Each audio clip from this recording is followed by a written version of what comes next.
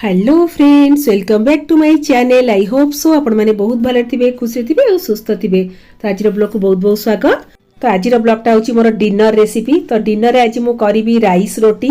तो eighty rice रोटी करिया पई हमें गोटे कप आग पानी दबा, सेतिरे हाफ कप रु आ टिके कम पानी दबा, माने 1 कप आ 1/4 कप पानी। ठीक अछि फ्रेंड्स। तो एटी पानीटा बसि देली फुटिया पई। तो एटी टिके स्वाद अनुसार सॉल्ट ऐड करनबा, गोटे चम्मच घी ऐड करनेली, आ ये जुआइन टिके मु ऐड करनी, जेटा ऑप्शनल, जदि आपन मन भल लागे ऐड करिवे, नले स्किप कर देबे। तो ये गोटे कप मु नेइची राइस पाउडर। तो एबे ताकू पके देकिना भल किना मिक्स कर दबा। तो एई टाइम बेले गैस रो फ्लेम मीडियम टू लो रखिबा। तो एबे आकू भल किना जंती दबा। राइस पाउडर बदल रे आपण माने रागी पाउडर भी नै परिबे, नले नॉर्मल हम जो अट्टा को भी जंती किना कर परिबे, बहुत ही बढ़िया लागि थाए। तो एठी हमें भल के ताकू जंती देले एबे आकू घोड़े दबा, गैस बंद कर दबा। ई बांफरे भल किना हमरो राइस पाउडर भल किना सीझी जिवो।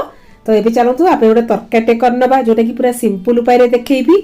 आ टोटाली इतने मसला ही नहीं, राति बेला बेसी मसला मसली खाइबे तो भल नुह, पूरा सिंपल उपाय कर देखी। तो ये गोटे जह्नी नहीं, दीटा आलू नहीं, गोटे टमाटो। तो आथरे हमर हम आज तरकारीटा बहुत ही सुपर टेस्टी रेसिपी, आपण निहाते ट्राए करेंगे। तो आमर डिनरटा जिते लाइट रहिबो बहुत ही भल। तो मु राति बेला प्राय टाइम चेष्टा करे विदाउट मसला रे पूरा सिंपल उपाय करिकिना खाइया पई। दिन बेला आपण माने जे कोनोसी टाइप रो भी खाई पारिबे, ग्रेवी टाइप रो खाई पारिबे मसला मसली, किंतु राति बेला जते हल्का खाइबे बहुत भल। तो एठी मु जनी भी काट नेली, आलू को भी काटी नेली। तो मु सब बेला आपण मानकू school tiffin box, lunch tiffin box preparation देखैते, किंतु आज आपण मानकू मु देखौची डिनर रेसिपी, जोटा कि मु प्राय टाइम चेष्टा करे राति बेला हल्का जिंस करिकि खाइया पई। आउ जिते पेट भी खराब थी तो आपण मैंने एमती राइस रोटी सहित एमती आलू जनी पकईकिना तरकारीटा कर बिना मसला रे सिंपल उपाय रे खाई पारिबे। तो ये मु छोट साइज रो दीटा पियाज नहीं, ताकू चुना चुना करी काटी नेबी। बस एतिकी रहिला हमर माने जिंस, जोटा कि एथिरा हमर तरकारीटा हबो सुपर टेस्टी। गोटे टमाटो ताकू भी चुना चुना करी काटी नबा। सो फ्रेंड्स, आपण माने भाबुथिबे जे जनी आलू पियाज टमाटो पड़ी कोन तरकारीटा हबो, पूरा एते टेस्टी लागिवो फ्रेंड्स, आपण मन पाटू छाड़िबो, एते बढ़िया लागिवो। तो ये प्रेसर कुकर मु करनेबी, pressure cooker mustard oil add करनेली। एथिरा हमें गोटा जीरा टिके ऐड करनबा। तो आपण मन चले पंच फुटण भी ऐड कर परिबे। हेंगु टिके एठी मु ऐड करनेली। दीटा पियाज काटी रखले ताकू एठी हमें ऐड करनबा। तो ये पियाज टाकू हल्का आसिया भजा हो, बेसी डीप करी भाजिबे नहीं। पियाज टिके हल्का आसिया भाजी हे गला परे तो हम तरकारी को टिके ग्रेवी टाइप रो करिया पई एठी 1 चम्मच मु ऐड करनेबी बेसन, जोटा कि निहाती दरकार, बहुत भल भी लगिवो। बेसन को ये तेल पिया सहित टिके भल किना टिके भाजी नबा, कारण बेसनटा ही आम ये तरकारी को बढ़िया से पूरा ग्रेवी टाइप रो करदबो। आ खाया पई फ्रेंड्स सुपर टेस्टी लगिवो। तो ये बेसनटा टिके हल्का से भाजी हे गला परे आमे जो गोटे टमाटो काटी रखथिले ताकू इथे हमें ऐड कर दबा। बस गोटे मिनिट खंडे टमाटो को पिया सहित टिके हल्का से भाजी दबा। तापर आमे जो जन्नी आलू काटी रखथिले ताकू इथे हमें ऐड कर दबा, कारण जन्नी तो एमती पानी बाहरे। आ ये तरकारीटा भी टिके लिक्विड टाइप रो हबो, बेसी माने ड्राई हबनी। आ बेसनटा इथे ऐड हिची कि टिके बाइंडिंग करिवो, ग्रेवीटा टिके थिक करिवो, खाए पे फ्रेंड्स सुपर टेस्टी। तो ये जन्नी आलू को भल कि कषी दबा। जन्नी रु पानी अंश पूरा कमी गला परे स्वाद अनुसार सॉल्ट ऐड करनबा। आउ एथिरे हळदी पाउडर, बस एतिकी जिंस ही हमर पड़िबो। ना जीरा पाउडर, ना धनिया पाउडर, कोनोसी भी मसला पड़िबोनी। आपण माने भाबुते बिना मसला रे कोन लागिवो तरकारीटा। गोटे थर फ्रेंड्स ट्राए करिवे, खाइबे, मते कमेंट सेक्शन जणिबे केमती का लागिला। बस आकु भल किना मिक्स कर देली। एबे हमें पानी ऐड कर दबा, जेहेतु तरकारीटा टिके हम लिक्विड टाइप रहिबो। बेसन भी ऐड हिची, ताको आराम से हमर थिक भी कर दबो। तो ये पानी छोट ग्लास रे मु 2 ग्लास पानी दे दिली। प्रेसर कुकर घोड़न दे दबा, गैस रो फ्लेम मीडियम कर दबा। दीटा सीटी आसला पर्यंत वेट करबा। फ्रेंड्स एबे चलतो हमर राइस रोटी करनबा। तो ये राइस पाउडर जंताटा को आमे गोटे थाली को काढी नबा। आकु आमे भल्ल किना चकट दबा, जेमति आमे अट्टाटा चकटू बस सेमति का चकट नबा। एठी टिके पानी हाथ टिके करनेबे, बस ताकू भल्ल किना आमे चकट नबा। एमिति भी चाउल चकटाटा बहुत बढ़िया भी सॉफ्ट हेची। आपण मन जदी गोटे कप आ 1/4 कप पानी नै जिवे, सेते गोटे कप रहिला हम राइस पाउडर। मेजरमेंट्स पूरा परफेक्ट रखिबे। हम चाउल जतरा बहुत बढ़िया सॉफ्ट रहइबो।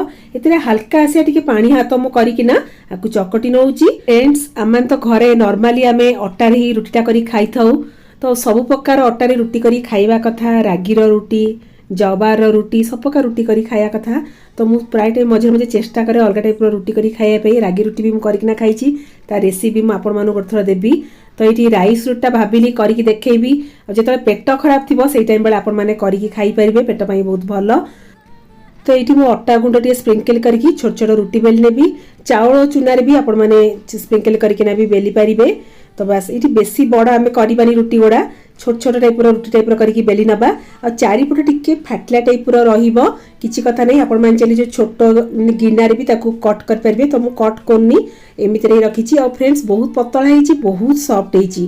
तो ये अटा गुड़ देना आराम से बेली नौ। तो फास्ट रू गोटे दीटा रुटी करने टिके आपण मानक ट्रिकी हो पारे कि आराम से सब रुटी गुड़ा बेली हो बेसी डिफिकल्ट नुह।